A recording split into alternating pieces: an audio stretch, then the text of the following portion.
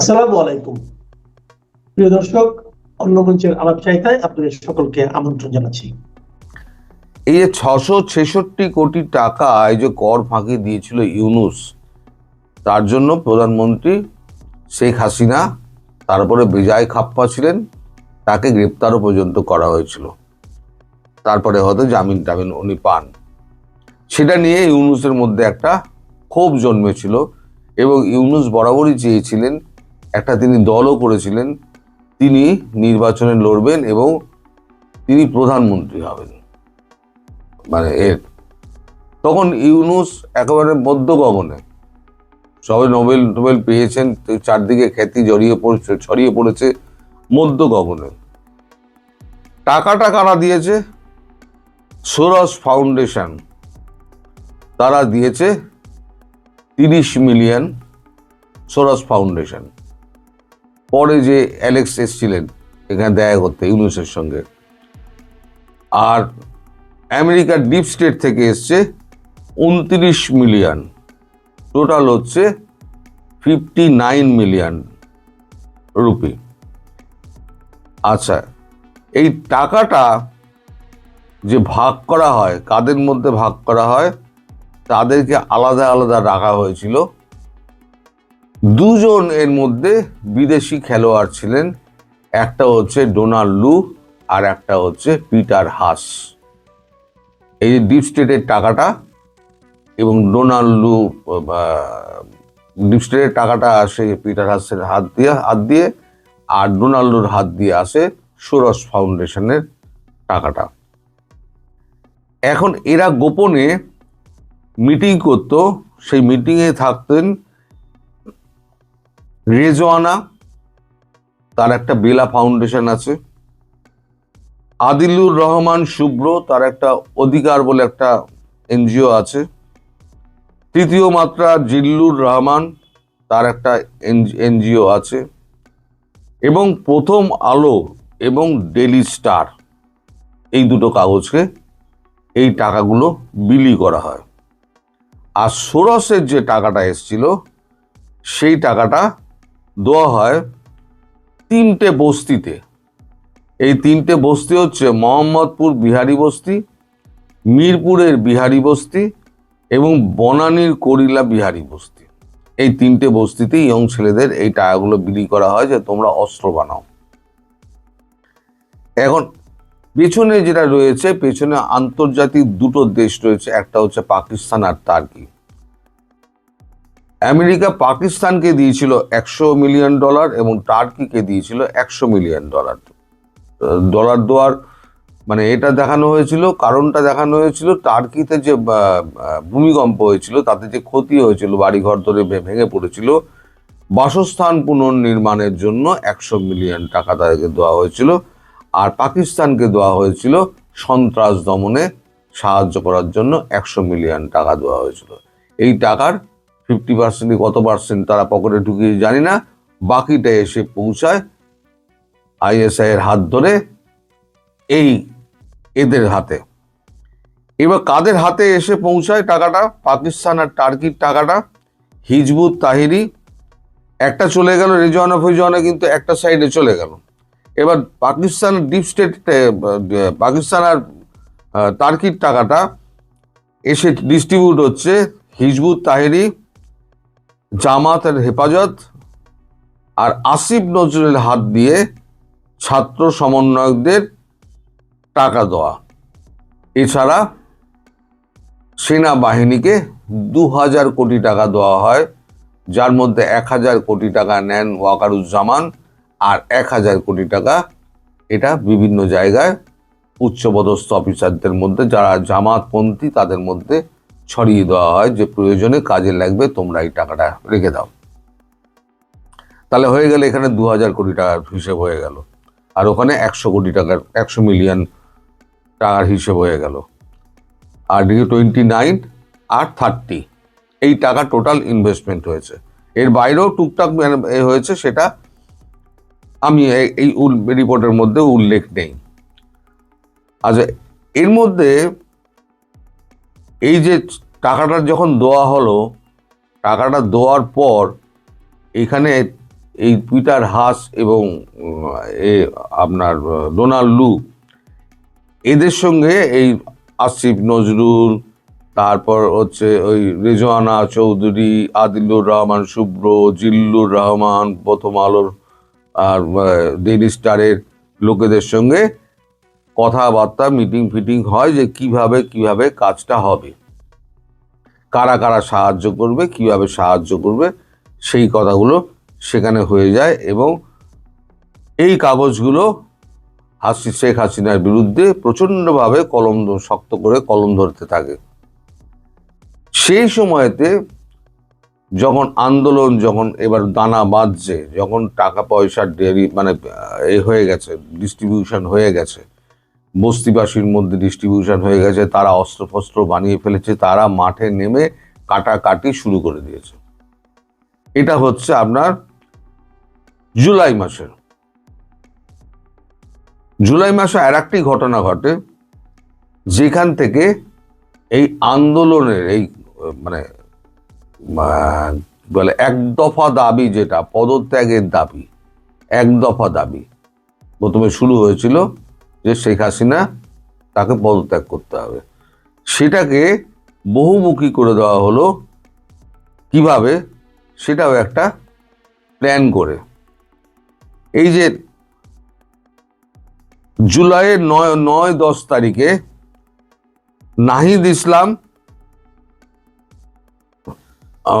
আসিফ মামু, সজীব ভুঁইয়া এবং রুকন বলে এই তিনজনকে ডিজিএফআই তুলে নিয়ে গিয়ে ব্যাপক মারধর করে তারা যখন আহত হয়ে যায় তখন এদেরকে গণস্বাস্থ্য হাসপাতালে ভর্তি করে দেওয়া হয়। এরপরে কাউন্টার টেরোরিজম দিয়ে হাসনাত আবদুল্লাহ, সার্জিস আলম আর মিরপুর থেকে ধরে আনা হয় তাবাসসুমকে, দিয়ে ডিজিএফআই তাদের হেফাজতে রাখে। এদিকে এই যখন এগুলো চলছে, সেই সময়তে যে মিটিংটার কথাই বলছিলাম, সেই মিটিং কে থাকতো ওখানে?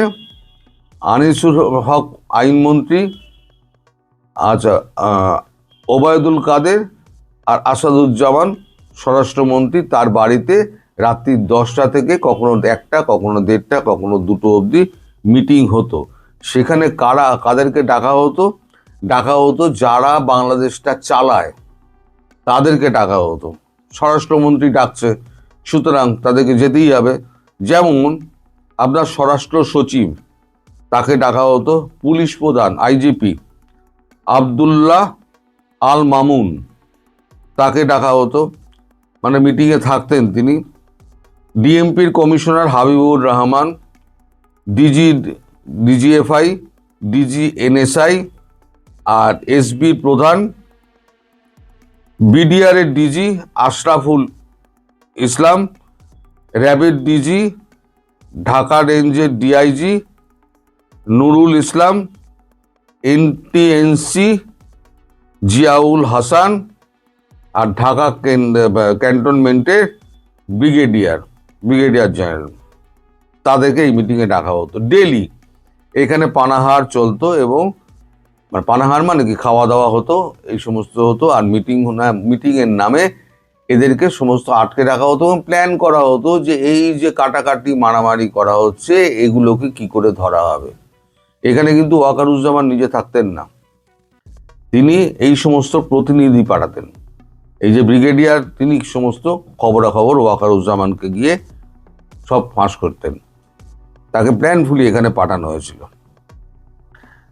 ঢাকা ক্যান্টনমেন্টের যে ব্রিগেডিয়ার জেনারেল। এইখানে সমস্ত যা মিটিংয়ে যা সমস্ত হতো, পরবর্তী সকালবেলাতে যে এই ভোরবেলাতে এই যে লোকগুলো বস্তিবাসী যারা হাঙ্গামা করছে তাদেরকে অ্যারেস্ট করা হবে, এই সমস্ত যখন হতো, সেই সময়তে ভোরবেলাতে এদেরকে যখন ধরার কথা থাকতো, তখন দেখা যেত পুলিশ ভোরবেলা 5টার সময় ঘুমিয়ে পড়েছে। কারণ তারা তো পুলিশের কর্তারাই তো রাত্রিবেলা 2-2:30 বাড়ি ফিরেছেন, তারপরে তো খেয়েছেন, দিয়েছেন, শুয়েছেন, 10টার সময় ঘুম থেকে উঠেছেন, তারপর যখন অর্ডার দিয়েছে গিয়ে দেখে সমস্ত খালি। ওয়াকারুজ্জামানের লোকজন তাদেরকে আগে ভাগে খবর দিয়ে সব মাঠ ফাঁকা করে দিত, ফলে কেউ হাতে আসতো না। এবার এদিকে ডিজিএফআই এর মানে হাতে রয়েছে তখন কে 6 জন, নাহিদ ইসলাম, সজীব ভুঁইয়া, 26 অক্টোবরের নাম, আচ্ছা রুকন, হাসনাত আবদুল্লাহ, সার্জিস আলম আর তাবাসসুম, এরা তখন ডিজিএফআই এর হাতে রয়ে গেছে। এই 25-26 জুলাই নাগাদ ওই মিটিংয়ে ডাক পড়ল হারুন অল রশিদের নামে, রশিদকে। হারুন আল রশিদ, যিনি ডিবি হারুন বলে বিখ্যাত, তাকে বলা হয় যে এই যে আহত যেগুলো আছে গণস্বাস্থ্য হাসপাতালে, সেখান থেকে ওই 3 জনকে এবং আর হেফাজতে যে রয়েছে হাসনাত, সার্জিস আর তাবাসসুম, এদেরকে ডিবি হেফাজতে নিতে। তখন এই আবদুল্লাহ আল ডিবি হারুন, ওই নামটা আমার মনে পড়ছে, ডিবি হারুন যিনি, তিনি বলেন যে আমি এটাকে নিয়ে আমি করবোটা কি, আমাকে তাহলে আদালতে আমাকে তুলতে হবে, আমি তো বিনা আদালতের অনুমতিতে আমি তো হেফাজতে রাখতে পারবো না। তখন না, তুমি স্বরাষ্ট্রমন্ত্রী বলেন না, তুমি এইটাই করো, এটা করলে পরই সরি এইটা করলেই সব ঠিক হয়ে যাবে, দিয়ে ওটাকে ডিবির হেফাজতে পাঠিয়ে দিল। এইবারেতে শেখ হাসিনার কাছে যখন ওয়াকারুজ্জামান যাচ্ছেন, তার আগে ফিল রেডি করে রাখছেন কে, এমএসপিএম, যিনি প্রধানমন্ত্রীর নিরাপত্তা দেখেন, সেনা অফিসার মেজর জেনারেল কবির। কবির কিন্তু সব ঠিক আছে, সব ঠিক আছে, সব ঠিক আছে। আর একজন থাকতো এনএসআই প্রধান, গোয়েন্দা শাখার এনএসআই প্রধান থাকতো, তারা বলতেন সব ঠিক আছে, আমরা ম্যানেজ করে নেবো, আমরা ম্যানেজ করে নেবো। এইবার যখন এই 5-6 দিন হয়ে গেল, এবার ডিবি হারুন আর রাখতে রাজি হলেন না, বললেন যে আমি আর রাখতে পারবো না, 6 দিন হয়ে গেছে, আমার পক্ষে আর হেফাজতে রাখা সম্ভব নয়, এদেরকে আমি ছেড়ে দিতে হবে। তখন আসাদুজ্জামান খান স্বরাষ্ট্রমন্ত্রী, তিনি বলেন যে ঠিক আছে, আপনি এদেরকে ছেড়ে দিন, একটা চিরকুট লিখিয়ে এদেরকে ছেড়ে দিন। তা তাদের বাড়ির লোকজনকে ডেকে ডিবি হারুন, মাফ করবেন আমি এখানে কাটতেও পারি না, আপনাদের ডিস্টার্ব হয় আমি বুঝি, আমার একটু ক্ষমা করে দেবেন, আমার প্রচন্ড কাশি হয়েছে, ঠান্ডা লেগে, আপনার গলা শুনে বুঝতেও পারছেন। তো ডিবি হারুনকে বলেন ছেড়ে দিন। 6-7 দিন বাদে ওই বাড়ির লোকজনকে ডেকে তাদের খাইয়ে দাইয়ে সমস্ত কিছু করে আদর যত্ন করে তাদের পরিবারের হাতে তুলে দেওয়া হয়। এবার এরা বেরিয়েই সঙ্গে সঙ্গে বলে কি, সরকার চাপে পড়ে গিয়েছে, সরকার চাপে পড়ে আমাদেরকে ছেড়ে দিতে বাধ্য হয়েছে। এই যে মুভমেন্টটা তৈরি হতে শুরু হলো, এই মুভমেন্টটা আস্তে আস্তে দানা পাকতে শুরু করলো। এরা তখন আয়রে রাজুতে চলে আয়, অমুক জায়গায় চলে আয়, এই সমস্ত ডাকটাক মারতে শুরু করলো। ডাকটাক মারতে মারতে যখন এই অবস্থা যখন চলছে, তখন ডিবি হারুন, এই হারুন আল রশিদ, তিনি বলেন যে এইভাবে চললে পরে কিন্তু আমরা কিন্তু বিপদে পড়ব। আসাদুজ্জামান খানকে বললেন। এদিকে ডিবি হারুনকে সরানোর জন্য একেবারে চারদিক দিয়ে মানে চাপ আসতে শুরু করেছে প্রধানমন্ত্রীর ওপরে। কখনো আসাদুজ্জামান খান চাপ দিচ্ছেন, কখনো আনিসুল হক আইনমন্ত্রী চাপ দিচ্ছেন, কখনো ওবায়দুল কাদের চাপ দিচ্ছেন। তিনিও চাপ খাচ্ছেন কাদের কাছ থেকে? শেখ পরিবারের কাছ থেকে। এর মধ্যে শেখ পরিবার জড়িত আছে। ধরুন কারোর কোনো কাজ করাতে হবে, সে শেখ পরিবারকে ধরলো, তাদের কোনো ব্যবসা কিছু নেই, তারা এই করে খেত। শেখ পরিবারের লোকজন তাদেরকে চাপ দিত, আর এদের কারোর সাহস ছিল না যে প্রধানমন্ত্রী গিয়ে বলবে যে শেখ পরিবারের লোকেরা কিন্তু আমাদেরকে এরকম ভাবে প্রেসার দিচ্ছে, যার জন্য আমরা এটা করতে বাধ্য হয়েছি। ফলে আইনমন্ত্রী এবং স্বরাষ্ট্রমন্ত্রী দুজনে মিলে যুক্তি করে হারুন আল রশিদকে ডিবি থেকে তুলে অন্যত্র পাঠিয়ে দেন। এবার ধীরে ধীরে 4 তারিখে গিয়ে আসছে। 4 তারিখে যখন 4 আর 6 এই দুদিন লং মার্চের আয়োজন করা হয়েছিল, সে একটা 4 মার্চ একটা লং মার্চ হলো। আওয়ামী লীগও মাঠে ছিল, আওয়ামী লীগও ধরে পেটালো, যুবলীগ তারপর ছাত্রলীগ যারা ছিল তারাও ধরে পাল্টা পেটালো, মিছিল ছত্রভঙ্গ হয়ে গেল, এই সমস্ত হলো। এখন কিন্তু এইখানে পিকচারে কিন্তু ইউনূস নেই, ইউনূস কিন্তু এই পিকচারের মধ্যে নেই। ইউনূসের পিকচারে আসবে এর পরে, ওয়াকার যখন আসবে তারপরে ইউনূস আসবে। এই আর কি হলো, যখন 4 এবং 6 তারিখ এই দুদিন মিটিংটা ছিল, এদিকে 5 তারিখে সম্ভবত বা 6 তারিখে সম্ভবত এই ইউনূসের কেসটা ওঠার কথা ছিল আদালতে। ইউনূসের অ্যারেস্টের জামিনের পরে যে মামলাটা শুনানি হয়, মামলার শুনানির কথা ছিল। এখন যখন ইউনূস দেখলো যে আমি তো মামলায় তো জড়িয়ে যাওয়া মাত্র জেল হয়ে যাবে, তখন ওয়াকারকে ধরলো, পিটার হাস ডোনাল্ডুকে ধরলো। তারা করলো কি, মিটিংটাকে, ওই মিছিলটাকে 6 তারিখের বদলে 5 তারিখে গিয়ে আনলো। 5 তারিখে যে মিছিলটা হলো, তার আগে ওয়াকারুজ্জামান 10টার সময় গিয়ে শেখ হাসিনাকে বললেন যে আমি দায়িত্ব নিচ্ছি, কোনো কিছু হবে না, ঢাকার 4টে পথ আমি বন্ধ করে দিচ্ছি।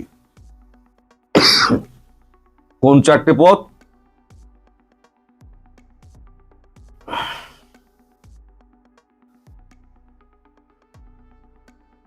এক মিনিট ধরুন, আমি হারিয়ে ফেলেছি।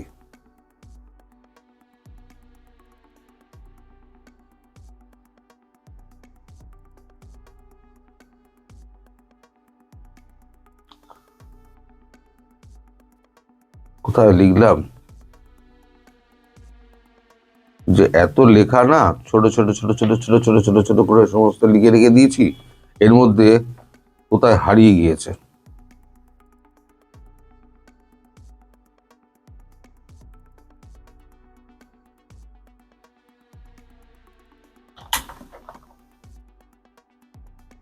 হ্যাঁ, উত্তরার টুঙ্গি, যাত্রাবাড়ি, গাবতলী, এখানে আমরা সব দিয়ে দিচ্ছি, রেলগার্ড দিয়ে দিচ্ছি এবং সেনাবাহিনী নামিয়ে দিচ্ছি বলে একদম সমস্ত আর্মার্ড ভেহিকেল সমস্ত রাস্তায় নামিয়ে দিলেন। প্রধানমন্ত্রীও খুশ, এবং বলা হলো যে পুলিশ সেকেন্ড লাইনে চলে যাক আর ফার্স্ট লাইনে থাকবে সেনাবাহিনী।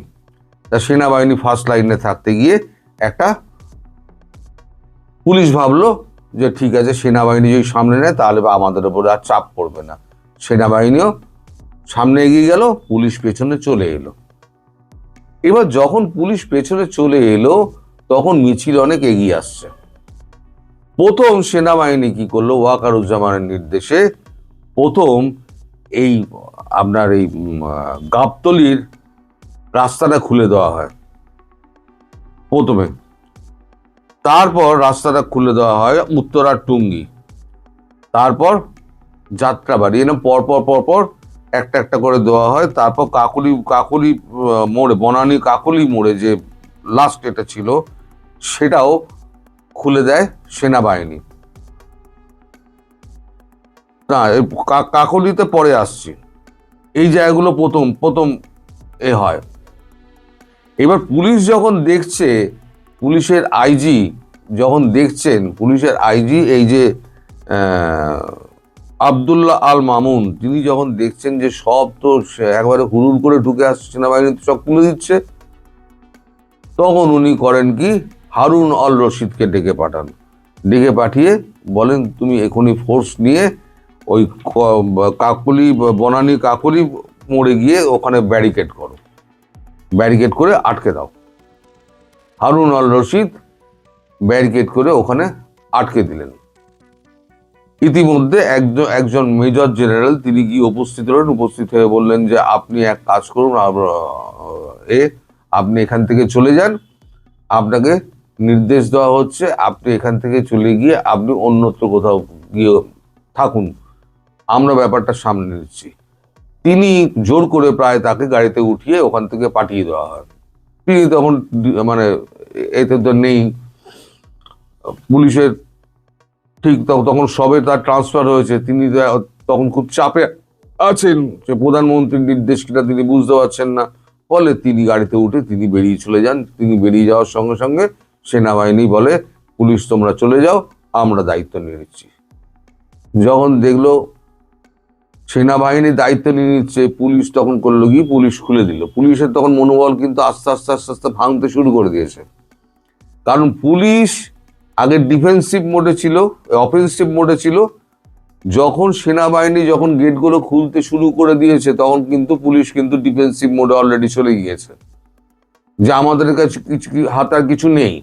সেনাবাহিনী কন্ট্রোল করে নিয়েছে সমস্তটা, সেনাবাহিনীর দখলে, সুতরাং রাস্তা ছেড়ে দাও, সেনাবাহিনী যা বলছে করতে দাও। এদিকে ওই সময়তে ওয়াকারুজ্জামান চলে গিয়েছে এতে কি বলে গণভবনে গিয়ে উনি তার আগে থেকে ফোন মারছেন। তার আগে হয়েছে কি, আমাদের সেনাপ্রধান তিনি ফোন করেছিলেন। তিনি ফোন করে বলেন, মানে একেবারে মানে কোনো রকম আঘাত লাগার আগে যদি শেখ হাসিনাকে ভারতবর্ষে অক্ষত অবস্থায় ফিরিয়ে না দেওয়া হয়, তাহলে আমাদের 10টা হেলিকপ্টার এবং 12 কোম্পানি কমান্ডো রেডি আছে, আমরা গিয়ে তুলে আনবো। 1 ঘন্টার মধ্যে আনতে হবে। আমাদের সেনাপ্রধান এটা বলে দিয়েছিলেন। তারপর বলেছিলেন যে তারপরেও যদি না হয়, তাহলে পরে বাংলাদেশের ঢাকা বলে কিছু থাকবে না, এটা আপনাকে আমরা গ্যারান্টি দিয়ে দিচ্ছি। তখন ওই ওয়াকারুজ্জামান এবং MSPM মেজর জেনারেল কবির, যিনি মানে প্রধানমন্ত্রীর সুরক্ষার দায়িত্বে থাকেন, তারা দুজনে মিলে একে ফোন করেন, ওকে ফোন করেন, কখনো জয়কে ফোন করছেন, কখনো সাইমা ওয়াজেদ পুতুলকে ফোন করছেন, কখনো রেহানাকে বোঝাচ্ছেন প্রধানমন্ত্রী যাবেন না। তাকে জোর করে বলা হলো 45 মিনিট বাকি সময় দিচ্ছি, 45 মিনিটের মধ্যে আপনি দেশ ছাড়ুন বলে একটা হেলিকপ্টার দিয়ে তাকে তুলিয়ে দিয়ে যখন দেওয়া হলো, তখনই টিভিতে একটা স্ক্রল দেওয়া হলো যে প্রধানমন্ত্রী পালিয়েছেন।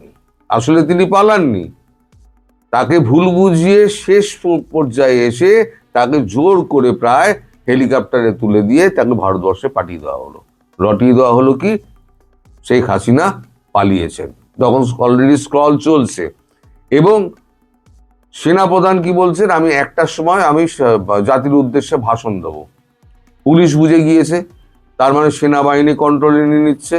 তাহলে পুলিশ যে যার মতো ব্যারাকে চলে গিয়েছে। পুলিশকে মাঠে দেখা যাচ্ছে না, এমনি মনোবল তাদের ভেঙে গেছে। তারা ভাবছে এবার তো আমাদের উপরে শোধ নেবে। জনতা তখন হুড় করে এগিয়ে আসছে গণভবনের দিকে। প্রধানমন্ত্রীর হেলিকপ্টার মাথার উপর দিয়ে বেরিয়ে গেল। তারা দেখতে দেখতে তারা 11 হই করে প্যারা এসএফ যারা প্রধানমন্ত্রী গার্ড যারা ছিলেন, এসএফটা কি বলেন, তারা সমস্ত মানে ড্রেস ফ্রেস ছেড়ে মানে নর্মাল ড্রেস পরে তারা তখন ওই ভিড়ের মধ্যে মিশে যান এবং গণভবনে ঢুকে লুটপাট শুরু হতে থাকে। এই হচ্ছে টোটাল চক্রান্ত। যখন এই ঘটনা ঘটে গেছে, তখন টনক নড়েছে স্বরাষ্ট্রমন্ত্রী, আইনমন্ত্রী, যাদের বাড়িতে সমস্ত মিটিং হয়েছিল, তখন তারা বুঝতে পেরেছে যে কি ভুলটা তারা করেছে। এবার যখন বলা হচ্ছে 1টার সময়, মানে উনি মানে ওয়াকারুজ্জামান জাতির উদ্দেশ্যে ভাষণ দেবেন, আপনাদের মনে আছে বারে বারে ভাষণের সময় পেছানো হচ্ছিল, বারে বারে। তার মানে সময় দেওয়া হচ্ছিল যে তোমরা আরো লুটপাট চালাও, ঢাকার আশেপাশে আওয়ামী লীগের যত নেতা মন্ত্রী বাড়ি আছে সমস্ত কিছু একদম করে দাও।